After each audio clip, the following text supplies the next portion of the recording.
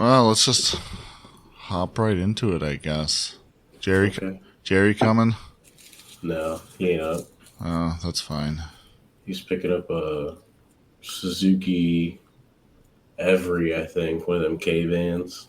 Oh, of course.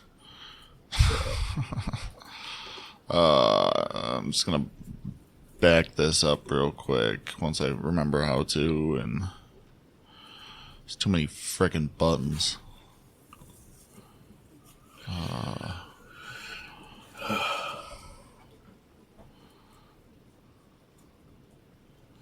I've done this like 12 times and I still don't know how to do it. I feel it. Honest difficulty. All right. To the people who are listening and are wondering why it's a different episode at the beginning, this is just a quick little information bit. I have my good friend Bryce with me, who is, say, co-owner, co-host of Slideways Showdown, correct? Yeah. And we got some bad news for everybody. Let's just pop off with it. Let's hear it. Yeah, so we're not doing Slideways next year. Mainly because the track's got new owners. They're leasing it from the current owners to make sure that they can afford to buy it and everything. So they're pretty much running every weekend, like pretty much during the season that we would run. So they're running like every Saturday up till like mid-September.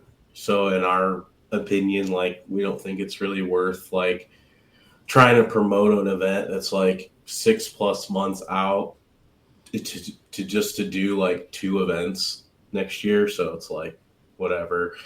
Plus, Jerry's got two cars. He's going to be like sponsoring for proam at Erie next season. So he's going to be pretty busy, along with like doing Japan and stuff like that. So, and I can't do it by myself, so I'm not really going to try and do Sundays. And I mean, none of us really want to do Sundays because we obviously go to work Monday. So it's just not worth it. And to just add on to that, your Saturday attendance versus your Sunday attendance, I'm assuming, is way higher Saturday than Sunday. Oh, for sure. So when we run on Sundays, like during our 2-day event, we can't drive till noon because they have an agreement with like the city and like the church that's nearby that no engines run till noon. And when you run till 6 p.m., like that's, I mean, 6 hours is enough seat time, but there's not enough traffic between spectators and drivers to really pay the bill when you count insurance and the venue cost. So that's another factor. And like more than once, Jerry's had to like come out of pocket via like either Race Lab or his own just to cover like, if we were short like a few $100 or $1,000 or something like that, he's had to do that more than once, especially with the single when we did 8 single events like 2 years prior or whatever it was. So it's just, yeah, there's just not enough traffic to do Sunday events. And we don't really want to get up at 7, 8 a.m., run up to the track, set up and everything just to probably come out negative in the end anyways. So, I mean, everybody wanted 2-day events and we provided that. And now that we can't do that, we don't see a point. As a driver, it's really difficult to just drive for. Plus, I'm just speaking like generically, but it's really hard to just drive 4 or 5 hours to go to a track day that's one day. Yeah. And I guess Club Loose does it, but nobody wants to just spend their full Sunday just at the track and just, I don't know, like Saturdays are just like the ideal day for it. Because even at Erie, like the dudes who drive Friday, Saturday, Sunday are very, very small amount of people because everybody drives Friday, everybody drives Saturday, and everybody leaves on Sunday. And back in, I don't know, 10 years ago, it made sense to drive that Sunday because that's all that was available. Yeah, right. Drifting was super small back then, so I mean, it's still it's small, but it's not small now. It's just so niche that even back then it was just what the thing was, and even now it's like you only got Midvale and Erie now that are really going to be the spots. I mean, not saying that Painesville is not going to be available to drive. It's just, I mean, if they're going to be running every weekend this year, and who knows what next year even, if they're going to be, well, not 2 years from now, I guess they could still be running, every weekend then too. So it's like, in reality, you only got Erie and Midvale, at least on the east side, and then obviously you got Drift Indy and stuff like that. But yeah, I mean, Club Loose gets away with it because Midvale's the better facility, anyways. We all know that. I mean, everybody would rather drive Midvale, and that's just facts. So and that's another factor in why we wouldn't do Sundays, because we don't know their schedule, for one, and for two, if it ends up being on the same Sunday, everybody's going to drive Club Loose. Like it's a no-brainer. I would. Better track, more fun, I'm sure. Yeah, because they're not like far from each other. It's what, Painesville to Midvale, hour and a half, maybe distance-wise. Yeah, probably hour and a half or so. And nothing against Painesville as a facility. It's just you can't have a lot of drivers there. There's not really the room. I mean, you could park out in like the spectator parking, but yeah, for sure. But I don't know. You put, 40 cars on grid waiting to go, and you're sitting for a hot minute. Yeah, I mean, I've heard the same thing about like Midvale. But for sure, for sure. The layouts are a lot. There's a lot more to do with the layouts. I mean, you can sit cars on track towards the end of a run to have, cars ready to go. And the grid goes a little bit faster there. So, The thing is, like, not being able to run multiple sets of cars at once kind of hurts it. Yeah. And, like, the people coming to these events are like, I want to get as much seat time as possible. But there's a bunch of drivers. Like, why bother? Yeah. So. What happened with Lorraine then? Because Lorraine is owned by the same people. They, they really they're just done as a whole. Like, they don't want to do the racing stuff anymore. So that track is actually for sale for like 1.5 mil, which it has the potential, if there's an investor out there that wants to put money into it, as far like to make it like an ideal drift facility. Anyways, it needs more asphalt for sure. Not necessarily whole infield paved like Erie, but like, another 40, 50, even $100,000 worth of asphalt to make it like a Killcare-esque facility with, like a road course feel to it. And that's what we were trying to do, but we couldn't do that and have people want to drive there and help us build it because it required too much money, but people wanted to drive something that was already finished. And so that didn't really work out. But for them, like, racing there was just falling apart with, they couldn't get spectators in, and it's just harder to pay the bills for them too. So they were just like, we're just going to sell that one. And then Painesville, they had a deal worked up with somebody already to lease that before they buy it. So, but yeah, no, Lorraine's up for sale for sure. Like, I think honestly, if nobody buys that, like that's gonna keep racing, like it's gonna turn into a whole housing development for sure because the property is prime for it. Yeah. So And did you know about the not a sale, but like the leasing of the track of Painesville? Did you know about it beforehand, or was it just like dropped on you? um we kind of knew about it once we seen that they were selling Lorraine. We thought that Painesville wasn't too far behind, so we kind of had an idea. We just weren't sure like of the specifics. Like we technically would have had an opportunity to buy it if their person that had first dibs on it didn't want it, which I think is Scott, who is leasing it right now. We could add an opportunity to buy it as well, which wouldn't be a bad idea, but that's another job in itself, you know.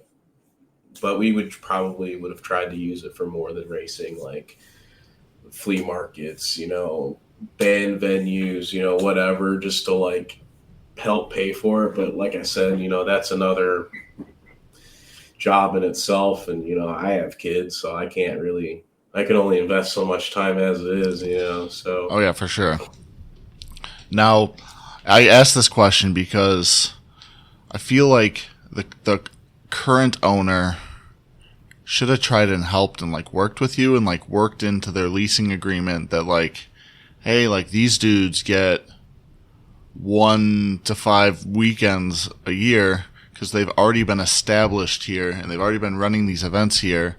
And like, yeah, maybe it's not, I don't need to know the information on this. Maybe it's not profitable having you guys there for the track, but like, you were already established, you were already driving, you were already like there, you have a presence. Like, it should have been worked into the lease to put you guys still there for at least a year, just Yeah. to at least try it out. But like, taking away all of your guys' like time is kind of fucked up. I mean, it is what it is.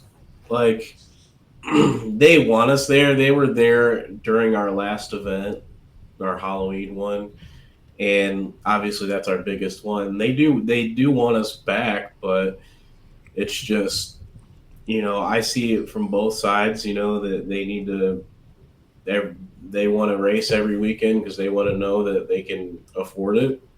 So that's what the lease is for. It's like a trial run to see if they can afford it and whatever. So if they do good, then the year after, like you know, make take a loan out or whatever and buy the venue or whatever. But I mean, to be honest, like Jerry's been kind of done for the last 2 years. He's been wanting to stop doing it, but he only kept doing it because I wanted to keep doing it. So shout out to him. But like without him, like I wouldn't have been able to, you know, pay out of pocket, for the Yeah. events that we were short for. Luckily we had Race Lab and him as like a sponsor essentially, to like kind of cover the back end on, paying for the venue in some sort of way, whether it was buying, tire machine or well, not tire machine, but another air compressor because the track's tire machine was falling apart or not working, couldn't keep up.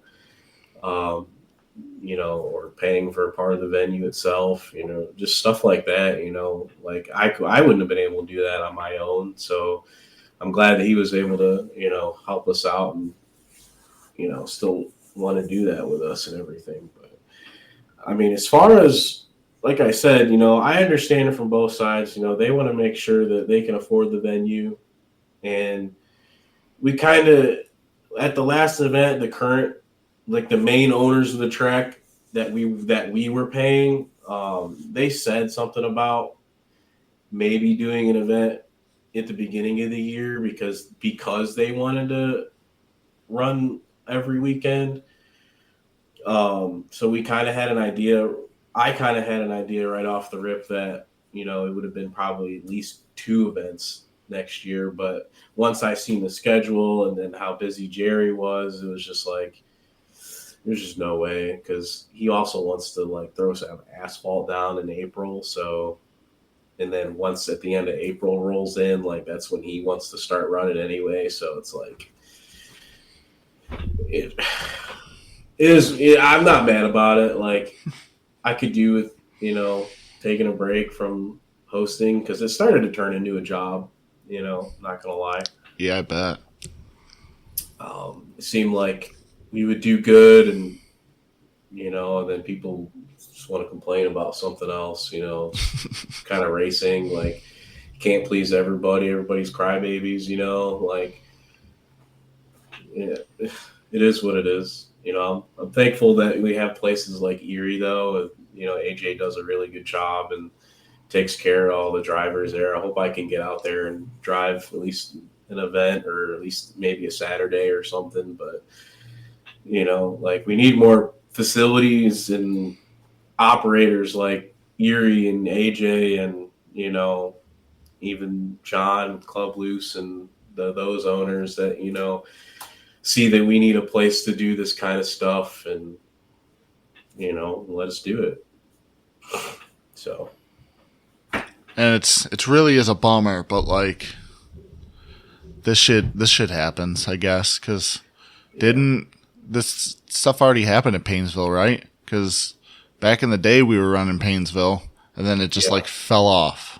I'm assuming the same thing happened, right? Or they sold, or it's sold, but then again, like back in towards the end of Drift Cleveland, before it turned into Drift PA, Ohio, New York, fucking they were like filling this facility like 60, 70, 80 cars, and it was just too big for Paynesville. That's where it turned into Erie and Drift PA, Ohio, New York, with IFD and everything else. And it really just outgrew the facility in the end, more over than new ownership of the track and everything. So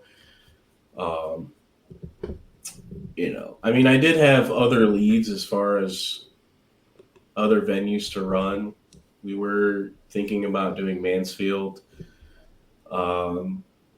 Their center section in between the clay is as big, if not maybe a little bit bigger than Paynesville itself, but it's all flat. So there's potential there. And then there's some stuff in the pits that we could do that utilizes an old bit of NASCAR Truck Series oval that they've kind of used part of it as an access road. It's got like a left-hander with like a crest of hill where you would transition into the pits, and then you could do whatever in the pits. But with them doing that one legal pit event / takeover thing, like I don't want Slideways' name on it after thinking about it, with how much flack they got. Everybody in the comments, like, this ain't drifting. And, like, I know Matt actually blocked Trey because Trey was calling him out on, like, every post and video, like, freaking out, this ain't drifting, you suck, blah, blah, blah, whatever. And it's just, I mean, if they want to, like, do actual drifting there, like, I would probably run it under them. Like, I would help them run it, maybe. Yeah. But I wouldn't want Slideways' name on it, just because, like, we were trying to grow that. And, with them already having such a hard time, like, getting all the negative comments and everything, I don't think that would go well Slideways to it. So, but I mean, if he reached out and was like, hey, like, I want some help, running an actual event like we talked about or whatever, like, maybe if I got the time. And then I got another lead at Thompson or Coonley Motorsports Park. I know one person whose their mom knows the owners, and they said something about wanting to get away from the legal pit stuff and like actually build something to do actual drifting. And he messaged me, and I told him, well, tell him to bang my line. We'll see what, if they're down to actually build something, I'm down to do something with that. But if it's like a skid pad or whatever, like you can have somebody else run that because there's too many. Like me personally, I don't think skid pad's cool unless it's for like learning only. Like I want some like road course stuff, kart track. I want a course. I don't want like a figure eight stuff anymore or a pit or a skid pad thing anymore. It's just not for me. I've been driving for 10 plus years now. Like I'm ready for something new to add to my resume, instead of just Painesville the whole time and whatever. So in Erie, there's nothing wrong with Erie, but I mean it's a skid pad with banks, really, if you think about it. Yeah. But I mean, and the K rails separate it, makes it different. But I just I want like I said, a road course. Got grass on each side. Like stay off the grass. Have fun. But I know, man. Come to West Virginia with me and Adam next year. Shit's wild. You got a 2-car? Load me up, dude. Oh, which speaking of, Jerry's selling is enclosed, so I mean, you could haul yours and Adam's stuff around. Just FYI. I am looking to get a trailer, so maybe. Okay. Well, I'll talk to you after this. That's all I really needed from you, because this is a part of another episode that I haven't recorded yet. Yeah. So, I apologize for rambling. No. I told you 20 minutes. We got 20 minutes, man. Oh, cool. So, there are questions for you. Yep. They're not too serious. They're not too unserious, but you kind of already answered this. But Austin Faye asked, do you plan to get another venue?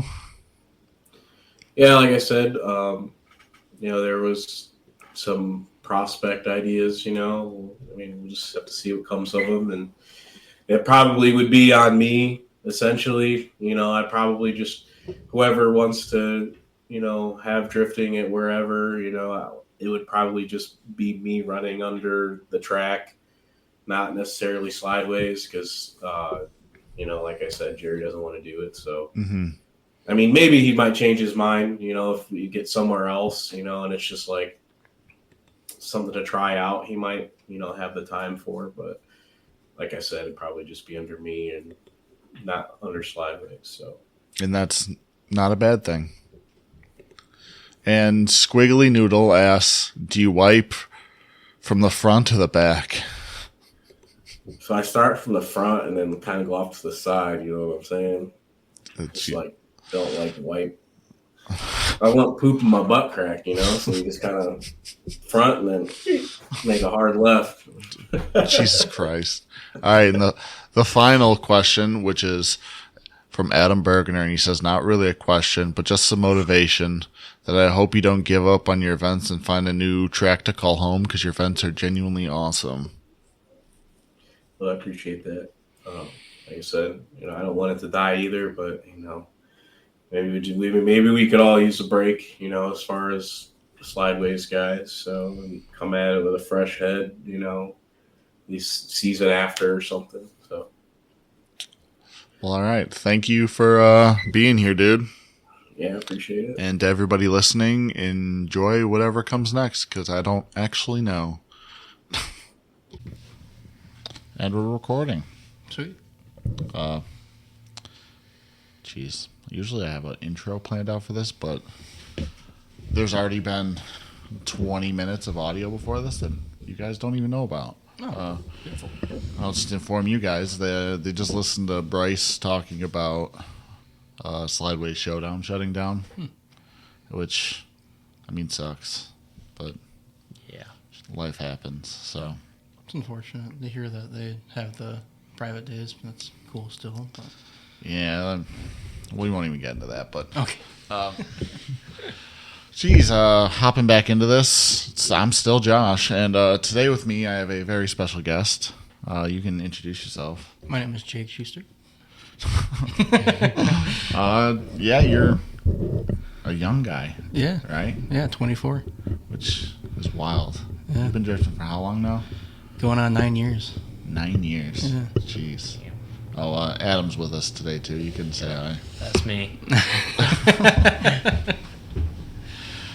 So I have some notes. I had talked to your brother before. Oh, I you talked did? to you, yeah. Oh, yeah? How did racing and drifting lawnmowers turn into drifting cars? So, I was about 13 years old. My grandfather, his name's Mark. He had this old lawnmower that he used to teach me how to ride and cut his lawn. And one of the rocker arms popped off and ended up taking the head gasket out with it. And he's like, if you can get it running, you can have it. I'm like, 13-year-old me was like, bet, let's do it. And I fixed it up, took the head to a nearby shop in Honeoye, New York, and kind of the rest was history. I had it running. And I was like, oh, I really want to fix stuff. I want to fix cars and whatnot, and that led me to start getting more into making the lawnmowers faster. And then making the lawnmowers faster led to my dad being like, you guys should wear helmets, because we were clocking ourselves at like 20 miles an hour down the main street in Hemlock.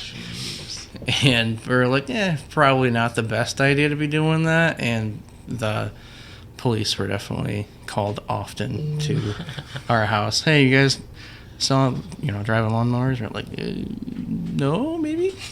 In the backyard. And then one thing led to another, and we started tinkering with cars. And my first car was a 1996 E36 sedan in Montreal blue. It was rotted right in half.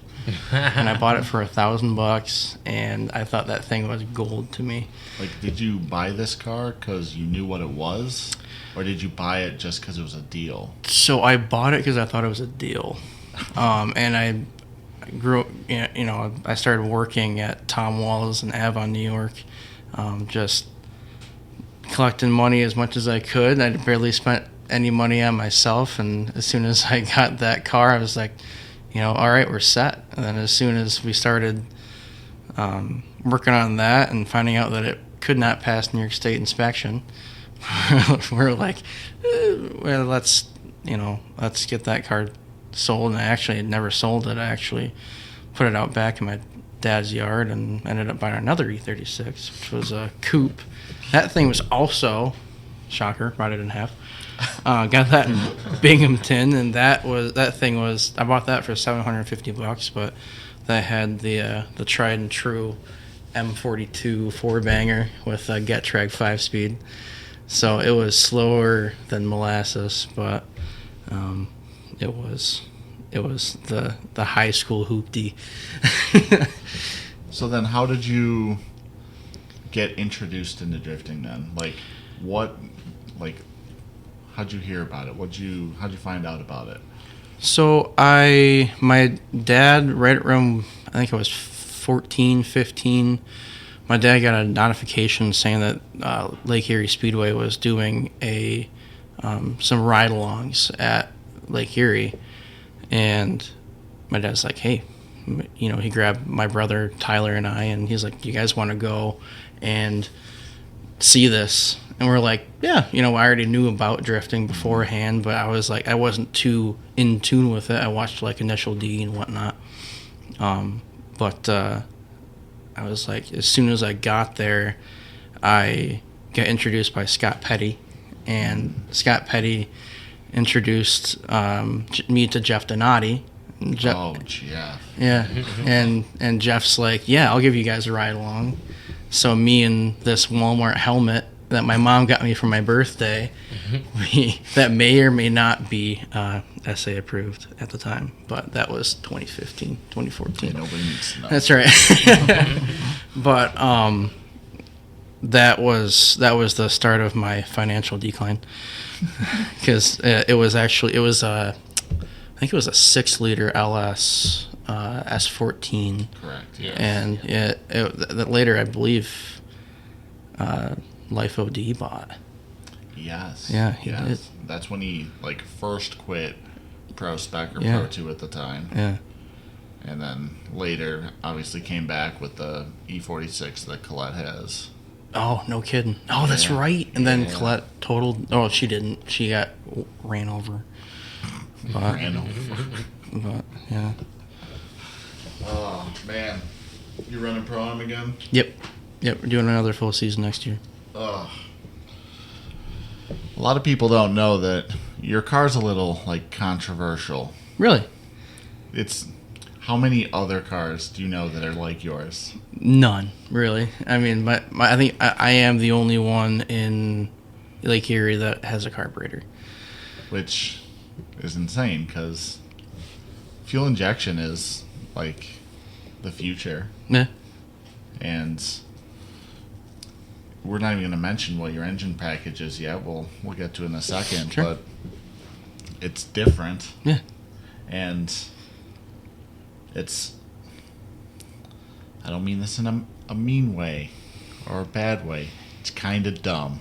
It is. And it's great. not in it's a bad platform. It's not because it's outdated. Because there's tests that say carburetors make more horsepower than fuel injection. Look it up. Carburetors are better. I know you hate that. It's just... It's outdated because when the small block Chevy... Mm-hmm. Yep. When was that released? The 60s? 70s? 70s? Yeah, as soon as Probably 60s. Yeah. Early, I believe, late 50s, early 60s. Yeah. 'Cause Yeah. They started putting them in C10 trucks. And Chevy, I mean, my car is a whole Frankenstein car. I mean, the block was meant for a street stock. let's just go over the package, Yeah. the drivetrain package, because it's not just like a 350 that you slapped a cam in and you put in. It's like an actual performance engine, Yeah. correct? Yep. Let's just explain it to our listeners what that is. Yeah, so it's a 358 bored 40 over small block Chevy, based off of a 350 block 010 4-bolt main block, with an Eagle rotating assembly, and they are a dish piston, so it's not making a god awful lot of compression. But it's making 10.5 to 1. That's still Yeah. okay. Yeah, it's not bad. And then I've got Brodex 200cc heads. Those flow really, really well with an Edelbrock air gap intake with a Demon 750 dirt carburetor. What's it make horsepower-wise? The butt dyno is 450. Which is nuts, because that's more than my car makes. Yeah. And I have a newer engine package. Why'd you go with this? Out of every engine available, why did you choose this over, let's say, an LS? Sure. Yeah. For me, the LS platform is a fantastic platform. They work great with everybody else's platforms, but my girlfriend Mackenzie, her father Dave, him and I were just brainstorming one day, and we're like, man, this M60 thing, it just isn't working anymore. I love the M60. It'll have a great part in my heart, but it just isn't competitive. And To the people who don't know, what's an M60? an M60 is a BMW V8 that came in the 7 Series and 5 Series from 92 to, I want to say 2004. Jeez. So M60 and M62s. They did away with the M60 in 1996 when they introduced the M62. Okay. So, yeah. But he was like, dude, we're in the boonies. I have a ton of small block Chevy parts. I can help, we can scrunch together. This is Dave I'm talking to. And he's like, with my brains and with your driving, I feel like we could really make something happen. And I'm like, sweet, let's try it. And we put everything together. Racing for a Cure, one of our family friends, Jason, he hooked us up with the bottom end with the rotating assembly, and that was kind of the start of it all. We all had, I took my entire tax return and put it into heads intake and everything like that, and he is an absolute fabrication mastermind. Dave is I give all credit to him. Like, everything that he's done for me has been absolutely show-stopping. He's been everything. He made the headers from scratch. That's where I was going to go next. Yeah. If people don't know, you put an LS in an E36. Yeah. There's like 3 header options. Yeah, Sicky. They've got CX Racing, probably some other no name, but they have to wrap one of the collectors around the steering shaft. Yeah. And does yours do that? So no, we actually made it so that both of I think it's cylinder 4 and 3. We have one going on one side and one on the other, and we had to fishnet the header so that it would go around and stay close to the side or the firewall, but not like real close. And then it was a matter of millimeters between the steering shaft and the header collector. And that hasn't been an issue for you?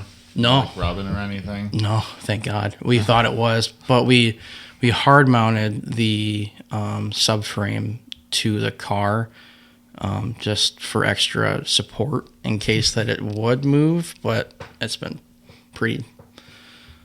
So what do you do for like engine mounts? Because there's no like off the shelf option. We made them. Okay. Dave made them. Yeah, we used just a mock-up block that he had sitting around.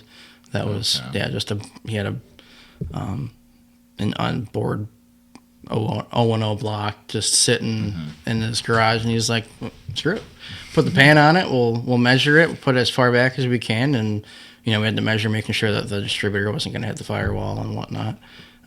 But other than that, it was actually people were like, oh, you had to shoehorn that thing in there. We were like, no, not really.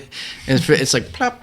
It's like it looks right at home inside of there, and it works really, really well. Do you think there's like a future for that? Like small blocks and. So I had it was a brief conversation I had, but I talked with Adam LZ yesterday. The same exact time that he was building his big block car, I was building my small block car. And I'm like, how does it feel to have a race engine in a race car? And he's like, it feels like the future. And I'm like, yeah. I mean, I was like saying, like, we didn't have much time to talk, but I wanted to say, like, yeah, I feel like the small block really has a place. I mean, yeah, like, sure, the LS has a place, obviously, is used in all sorts of, motorsport.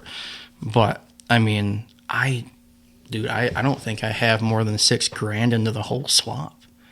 Which is super good. Yeah. It's insanely, like, low price. Yeah. I mean, so one of the things I will tell you, I didn't get everything from retail stores.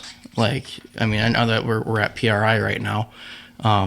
We see, a whole bunch of, different distributors like Sicky and like Samsonus and G-Force that have like these big, dog box, and you have all, you can buy headers right from, online or at like Drift HQ or something like that. But, no, we made everything by ourselves, and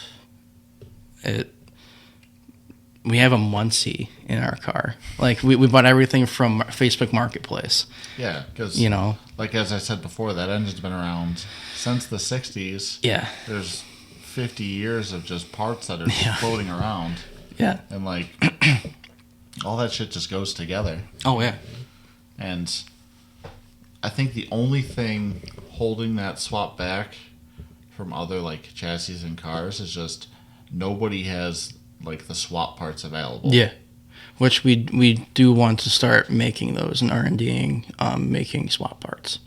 It makes sense because like Cody Frame has a small block in his E46. Yes. Yep.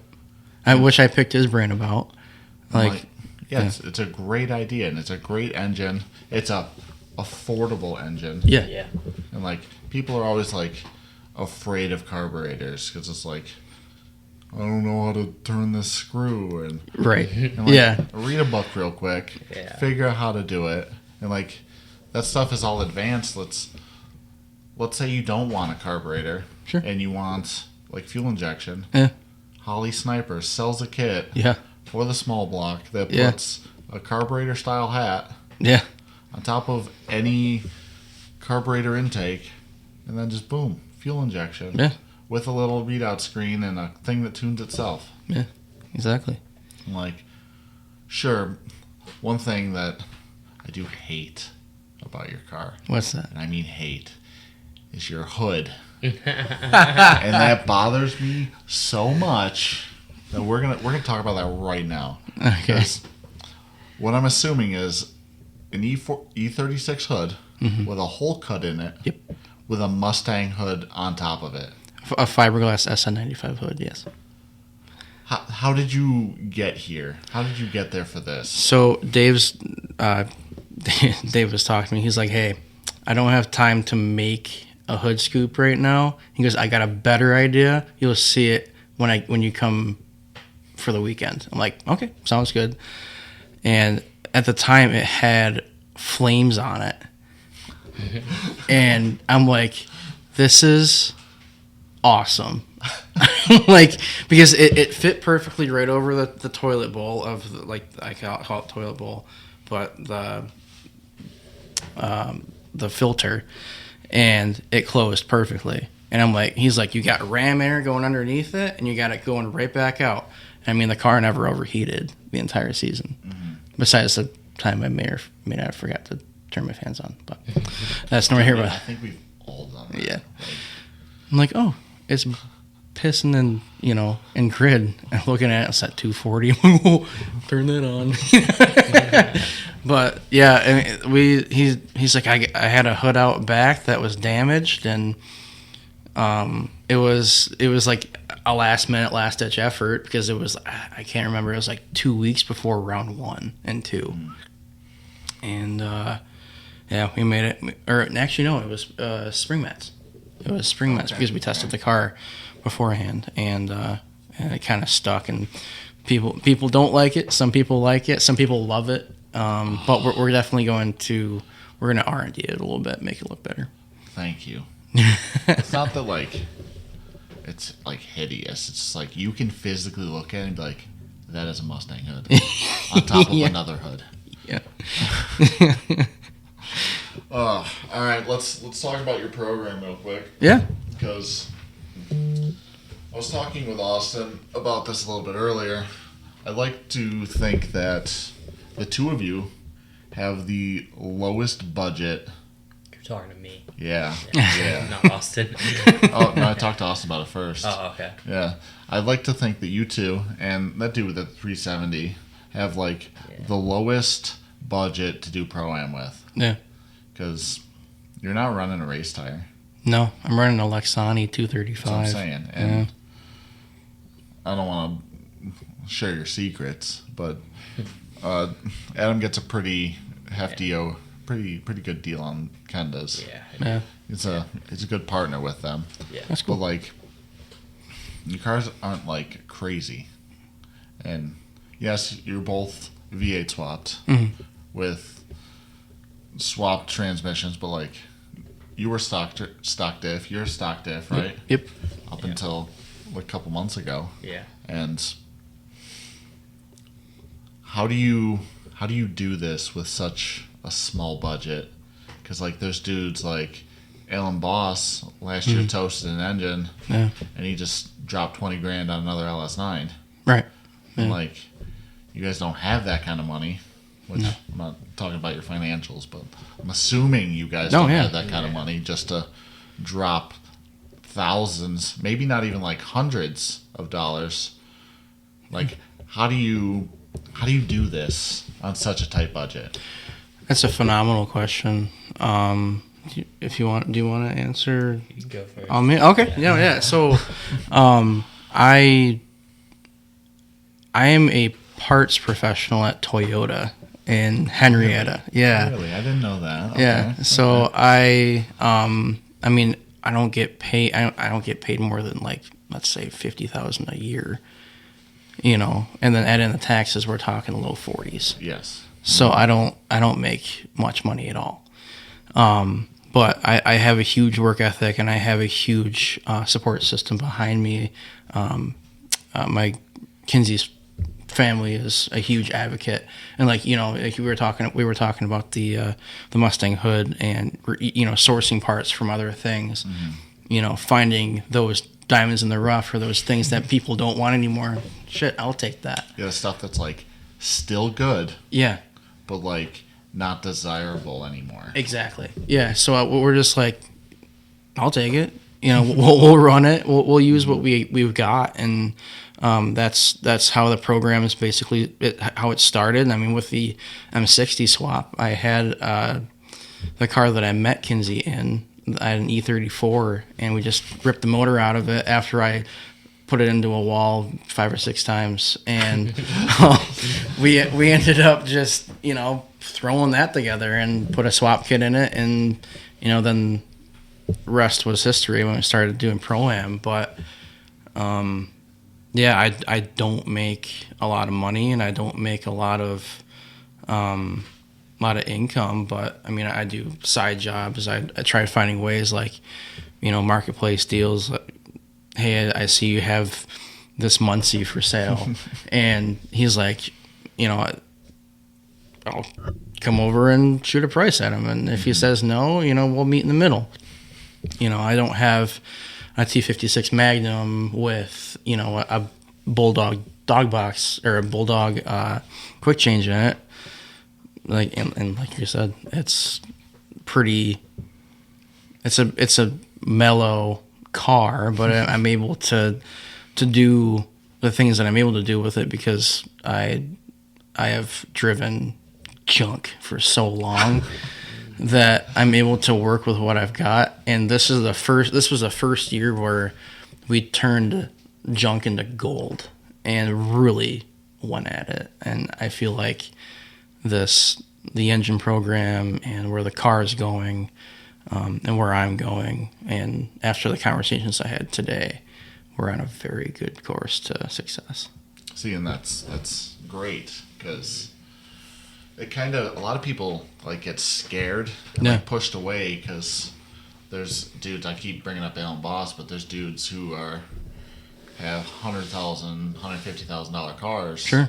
And like, I want to compete, I want to advance, I want to do well. Like, they may not want to actually go to Pro Spec, but they want to get their Pro Spec license. Yeah. And they see all these cars, like, I don't have the money for this. I don't have... The discouragement. Yes. Yeah. That's a fantastic crescendo that I want to talk about. Because I was the same way. I was like, dude, and because I looked at people like Donati, and I looked at people, like, I grew up watching, like, Chris Rudnick, and, like, guys like, I mean, he came from, YouTube and stuff like that, but you could definitely tell in his videos that he didn't have an endless budget. Oh, yeah. And it was cool to watch him, like, do it with what he could. And so I did the same thing, and I'm like, all right, well, if I see that he's doing well, and he's trying, and he's doing the best that he can, why can't I? Exactly. And, like, the thing is, like, dude, you can start, like, okay, Chris Fajnot, he has a Miata. Mm-hmm. He started out his Miata, and he's like, yeah, he couldn't run the bank all that well, but he was out there having a good time, having fun. And I feel like that's where we get a little away from that mantra. It's like, yeah, you may not be going far in a standpoint of getting to a podium or something like that. Mm-hmm. But how I see it, if I get a smile on my face at the end of the day, That's all I care about. See, I agree with that, and like I've been running pro-am for it's my third year, I don't know. Yeah. It doesn't matter, but before this, I take it so seriously, and like I do a shitty practice lap, and I'm like yelling at myself and like talking down to myself, and it's not even that serious. No, Like it's this not. year, we were just the only goal was like have fun with it. Yeah. Like if I do a terrible lap, so what? Right. Like I'll go do another one, and it's gonna be sick. Right. Yeah. I feel like we're being too hard on ourselves. We're hyper focused on like, of course we have this one track mind in the drifting world where, you know, how are sponsors going to perceive us? How are we going to be looked at if we spin out or something like that? You know. But the thing is like, especially after talking to a bunch of people today, is that like, there's people at home that sit on their ass and don't do a damn thing. Dude, yeah, every day. And you know, Every day. and the thing is that we're out here chasing the dreams that we have had as kids for, you know, ever since we picked up a Hot Wheels or a Matchbox car, you know. And you know, I sparked my love for cars back when Jimmy Johnson had a sponsored SpongeBob car on I believe it was like the Brickyard 400 or the Daytona 500. I can't remember what it was. But yeah,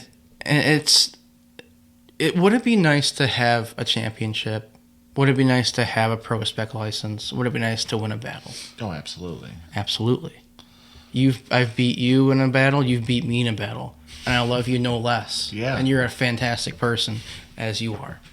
You know, and like back to what we were saying about just keeping it fun, is that you gotta keep it fun, because if you don't, you're just gonna eat yourself alive. And it's gonna kill you. Yes, and then drifting isn't fun for you anymore. Bingo. Like you're going out and you're like, you just keep losing and losing and losing, and it's like, yeah, I'm not doing well right now. Yeah. And you get in that mindset like, oh, I suck, and like, why would I then go do this event that's fun? Or like, why would I go do this event that's fun? Because I suck and I'm terrible, and we keep like speaking negatively to ourselves, and we just need to be, I lost that battle, we're going to do better next time. Yeah. And if I don't do better next time, this event that I'm going to in between this, we're going to go have fun with the boys. Yeah. And like, we just need to bring back the fun. 110%. Yeah. Because everything is too serious. Yep. And like, yes, we're spending a lot of money to be there. Yeah. We're spending a lot of money. And like, even just unfathomable amount of money. Yeah, like fucking $1,600 to sign up for the 4 events, and then you got to pay to get to the track. And let's say you blow a tire out on your trailer or something, you got to pay to fix that. Yeah. Or like you blow a motor in the tow truck, you know, and you gotta fix that. Find a way to get there. And then like you bend a tire out and you gotta fix that, and like we're spending all this money and like we're just not having fun. Yeah. And like we gotta stop being so hard on ourselves. Yeah. One of the greatest things that I have altered my perception about life is work. You know, we come home after work every day, and whether you're miserable or not, there's tomorrow. Oh, yeah. And the thing is that, are you going to sit looking at yourself in the mirror and being negative about yourself constantly? Or are you going to say, you know what, today really sucked, but you know what, tomorrow there's opportunity to have a better day. And I know it sounds cliche, but it's true. It is true. It is. And like I have had so much hardships in my life. I have don't mean to get too literal, but I've almost committed suicide You don't even have to You go know? in on that because I'm pretty sure we've all been in the Yeah, same boat. you know what? And like going from that direction and bouncing back to where I am now, you know, what would the little kid looking at you Yeah. see yourself as? Like me being 24 and having a competitive drift car, I may not be the most competitive person. Or car. I'm a very competitive person. But no, I would not believe myself if I was told that when I was, 10 years old. Yeah, like You know what I mean? you as a child wouldn't believe the stuff that you're doing today. Yeah. 100%. And that's so fucking dope, man. Yeah. Ugh. The positivity about life and, the negativity that you may be surrounded by, get the fuck out of there. Yeah, 'cause get out of there, dude. It's dumb because, like, honestly, the stuff that's happening today, it doesn't fucking matter tomorrow. No, not at all. No. Because there's people being erased from this earth every fucking day, and life still goes on. Yeah. So we need to do what we can to make the best of what we got. 100%. Yep. And, like, that's what you're fucking doing, man. Yeah. You got... Same with you. I know that you've had a lot of hardships too. Yeah, but Don't leave we're not yourself- talking about me right now. I We're know. talking about you right now. I know. Because you got... It's gonna sound like I'm dogging you, but you got this shit budget. You got Yeah. this fucking outdated drivetrain. Yeah. You got this fucking...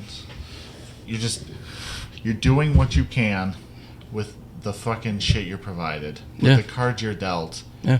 And that's fucking awesome. I appreciate that, buddy. It means a And lot. more people need to be like that. Yeah. Because, like, sure, you didn't have a drivetrain that's the top three. Like, you don't have a LS, a JZ, or... VR6.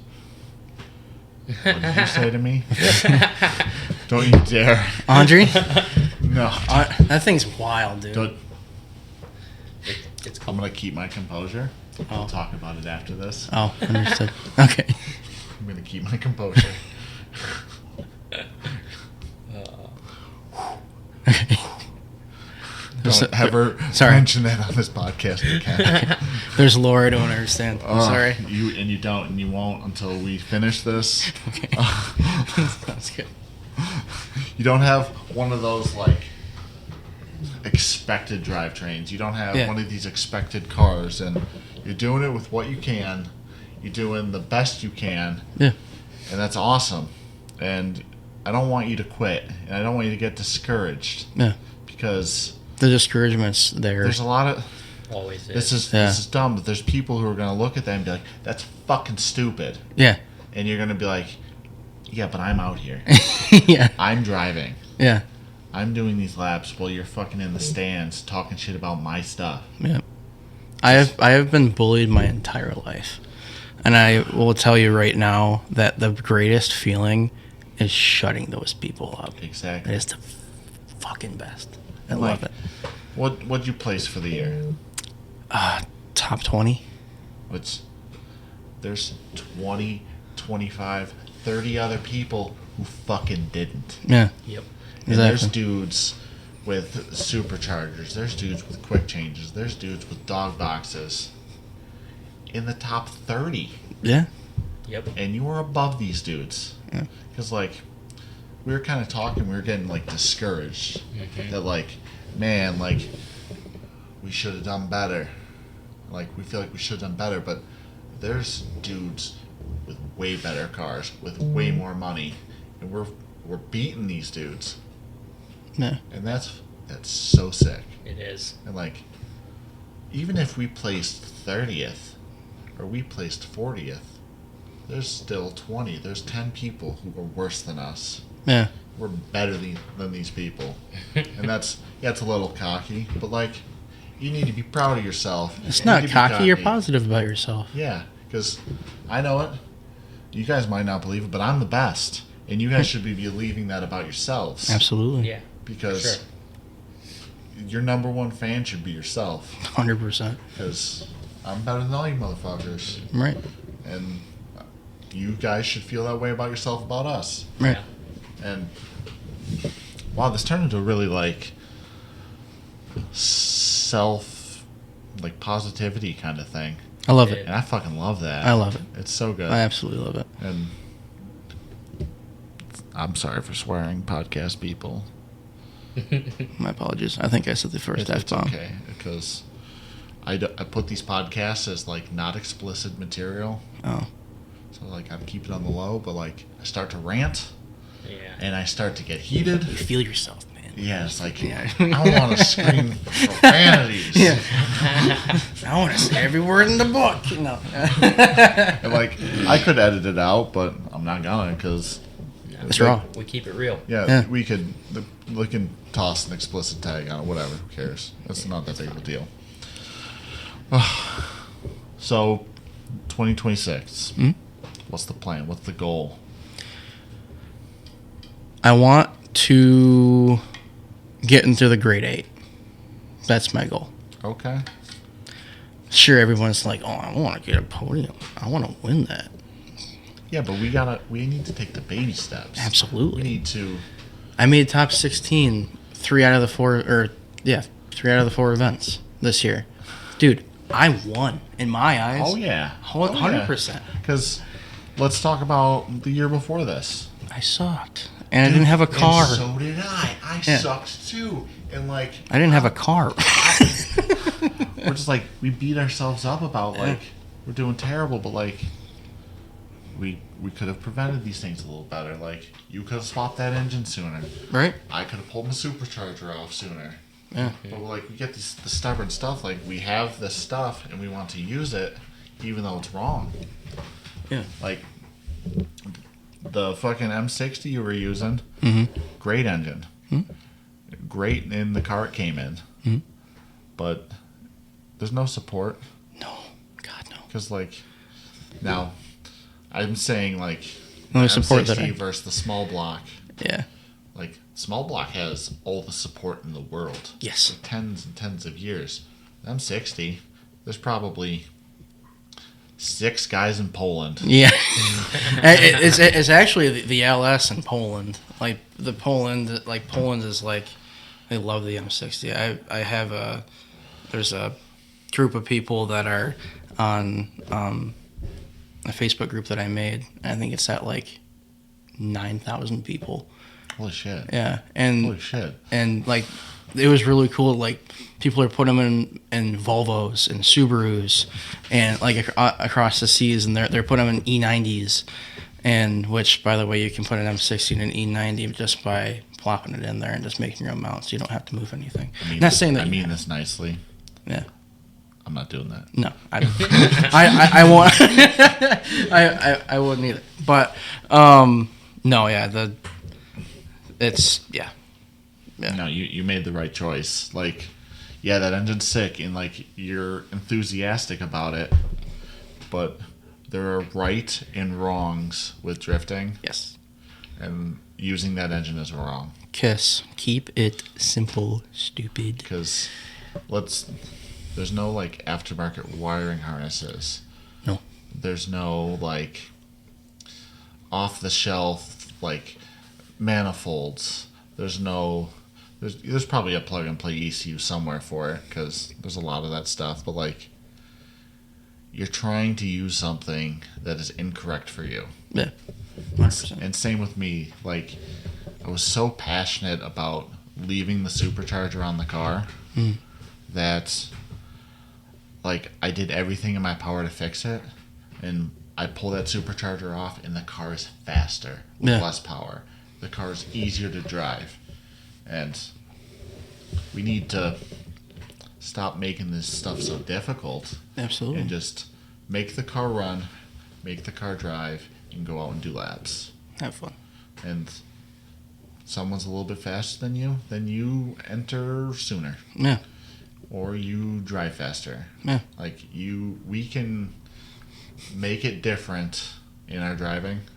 We don't need to keep adding more power or adding more grip, which everybody wants more power, everybody wants more grip. Right. Just gotta keep it simple, but sorry to digress. No. Tell us about your plan for the season. So, again, trying to make top 8.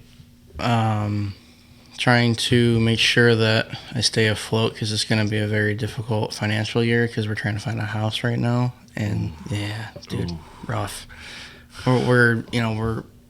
We've got rent in a house that, like, the landlords are fantastic. Like, I have my E30 in the garage right now, and I've got my 2 trucks out front with my daily driver. I have a Subaru that I bought off my mom that I just daily, and I've got lots of shit in the vicinity, but yeah, $1,800 a month is, oh my, yeah, that's terrible.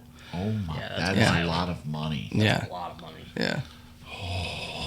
I mean, of course, like, Kinsey and I split it between each other, and we're very both open about our finances and whatnot. And I'll be the first to say this, and you guys can call me whatever you want, or the listeners can call me whatever you want. I don't care, but she helps me. She helps me out with finances. She helps me out with everything else. I love it. I'm very fortunate. And I'm very lucky. And Absolutely, absolutely. And she makes more money than I do, which, call me a sugar daddy. I don't care. She's, and I think the greatest thing is that she sees my vision, and she sees where, that's her right there, actually. She sees my vision of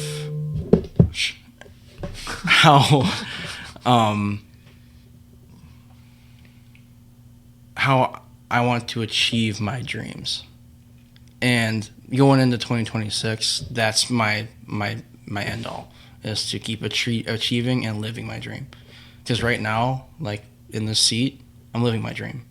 I'm talking on a podcast at 24 years old, talking about my competitive career, which, mind-blowing to me.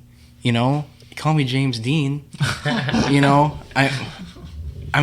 like I said, I'm the best. Like, how Exactly. You know what I'm saying? That's what I like to hear. And dude, I have never had the confidence that I have had now in the past year. My confidence was down the toilet and into the sewer. Like, you could tell me that I suck, and I'd be like, Yeah, you're probably yeah, right. you're right. But if you told me that now, eat ass. That sucks, but I'm still better than you. Yeah, right, exactly. If I'm bad, then you're worse. Yeah. A race car driver. Yeah. But no, I mean, I would like to try a different tire, use a different tire. Boy. Yeah. Life changing. Yeah, Life changing. what tires did you use this year? Zestino. And I get that it's money. It's a lot of money. What do you pay per tire? $50. Yeah. That's cheap. 3 times as much. $150? No, I mean, if you don't get a discount, Craig could probably hook it out. It's like, I don't know if I'm allowed to talk about that. Never mind. 3 times as much, for Yeah. the sake of just talking. Sure. Yeah. But 3 times the grip. Yeah. Like, you make mistakes, and the tire will fix it for you. Really? And that sounds terrible. Because, like, let's say you fall off, that tire will be there to hold your hand and put you back. Yeah. Yeah. And that goes for any of these, like, semi-slicks. But, like, You have Purgias? no, the Zestino... Oh, sorry. That's fully no. Yeah. I'm thinking, sorry, something. I forgot the name of the tire. Grudge, Grudge. I think. Yeah, yes, Grudge. Yeah. But, like, these other drivers that we're going against are also on this tire. Yeah. And, like, you make your mistake with your lesser of a tire, and, like, they're pulling away from you, and you can't catch back up. Yeah. There's a person that I went against in practice, and I kept right up with him. The person that you don't want me to talk about. We'll talk about that after. Okay. But anyways, I kept right up with him. Good. Right up. And you should have. Man. You should have. But Yes. again, back to it. But Yes, but there's also downsides. There's downsides that I'm also going to talk about right now. Oh, yeah, sure. Like, you get double the grip. You get the ability to mess up a little bit more. Yeah. But what do you get how many laps do you get for a set of tires? 12. Me, 3. 3 laps to a set of tires that are 3 times the cost. Holy crap, You dude. guys want to know how many laps I get on Kenda's? How much? It's a lot. Yeah? Like Really? 20 something. Really? Yeah. Do you have the 6-liter in it already? No, I have 4.8. I have 300 horsepower. Yeah. Oh, No kidding. That's why though. Oh, that's right. He's got the 4.8. Yeah. Love the 4.8. I had a Even 4.8 on in my 240, Silverado. even on a 245, I still get probably 15 to 20 laps. No kidding. Minimum. Bro, I Really? get 3. I can pull that 4th lap off, but I don't make it. I ain't making it to the end with any grip. Yeah. So 3. So like, there's the downside. Yeah. Like we have similar horsepower, so like we're going to use that tire, and we're going to burn that tire, and we're going to. Yes, you'll be faster. Yes, you'll have more accountability, but you're spending more fucking money, and you're getting less laps. Oh, yeah. So I don't think you should change it. Okay. And like, yeah, try the tire. Absolutely, buy 2, try the tire. But don't rely on that because Yeah. we don't have that kind of money. No. Like, I went through 50 tires last year. 50 at $150 a tire. That's a lot of lint. It's a lot of fucking money. Yeah. Luckily, the year before this, I had a terrible year, and my supply from that year I got to keep some of. Oh, that's good. So half of it was tires I already had. Sure. So I was lucky. Yeah. I was lucky. Just keep your program simple. Yes. Get your laps in. Plus, like, you're running those, like, harder tires. Yeah, 500 tread wear. Yeah, harder tires. You're not blowing axles out as much. You're not blowing diffs apart as much because you're still going to have True. that because Very you're true. still stock axle, stock diff. Actually, E46, 330i stuff. Yeah, but yeah, still stock it's stuff. still factory stuff. Yeah. Yep. So That's the sauce right there. keep it simple. Go fucking drive, and that's it. That's all the advice I have. Yeah. Because there's a lot of these like pro-am dudes who are only driving pro-am. They show up, they drive pro-am, they go home, and then they drive pro-am again. Yep. And that is it. And like you doing these other events and just driving and driving and driving, you will surpass them in just seat time alone. You're going to be a better driver, even though some of these dudes have been driving for 15 years or whatever. Yeah. They're not getting better. And everybody can be a better driver. Oh, yeah. 100%. Keep it simple, put laps in, and that's it. Yep. Seat time is key. Absolutely. And don't get discouraged by people that say that you need angle and I'm saying from like maybe just starting out drifting, but like Yeah. you need angle if you're competing. I'm just real quick. Yeah. If you're starting drifting, put a fucking angle kit on your car. Yeah. If you don't have the money, don't do it. But if you have the money, put an angle kit on your car, you'll learn so much faster. And I will take that to my fucking grave. Yeah. You Especially on some cars. so We don't even need to touch on this. Let's No. move past it. Let's Sure. move past it. Yeah. If you don't have the money for it, don't do it. Yeah. It's that simple. Yeah. Just go drive. Go Driving's drive. the important thing. Absolutely. Yeah. Having Sorry, fun. I interrupted you, but No, you're good. well, this episode has been long, actually. Yeah. Cool. And this is gonna sound mean. It's not. Okay, it's gonna sound a little mean, but I didn't expect you to be here. I Really? didn't expect you to show up for this. Really? So I didn't ask. And at the end of every episode, we ask Facebook for questions, Yeah. and I didn't expect you to be here.